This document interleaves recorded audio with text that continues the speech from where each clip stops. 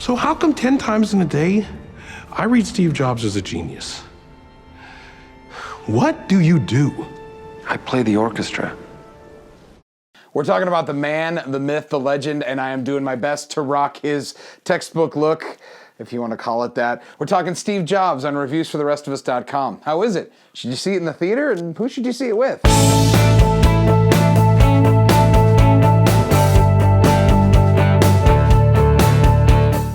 So this is not the first attempt at looking into the life of Steve Jobs. I mean, it happened a couple years ago. They made a movie just like this, well, sort of just like this, starring Ashton Kutcher. Well, this is another story about Steve Jobs. It's another kind of expose, if you will, but it's on the other side of the spectrum. It's a lot about his personal demons in his personal life. Now, this movie is 2 hours long, and it dives into a lot of the tension between him and the other people that founded the company with him and why he left. And a part of the story a lot of us didn't know, even people like me, a major Apple geek, the tension between his daughter and his daughter's mother.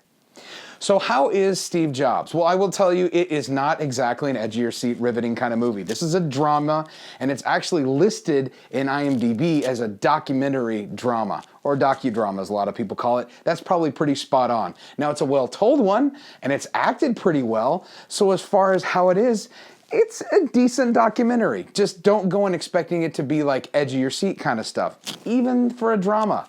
It's just not. So is it worth spending the money to see it at the theater? Man, I'm just not so sure. I mean, there's nothing really about this movie shot in a way that you have to experience it in the theater. Now, if you're a group of Apple fans, per se, and you just want to kind of go and experience the story together, sure. Other than that, this is a find to wait for home kind of movie.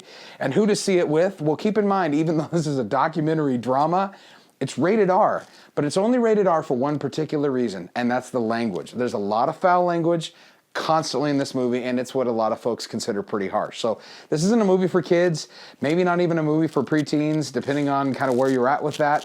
But other than that, there's not any other real content to really be worried about, other than the fact that Steve Jobs, at least as portrayed in this movie, was a brilliant, visionary jerk, unfortunately. If you found this review helpful, the best thing you can do for us is simply to share it with your friends. You can see more reviews by subscribing to our channel on YouTube and liking us here on Facebook.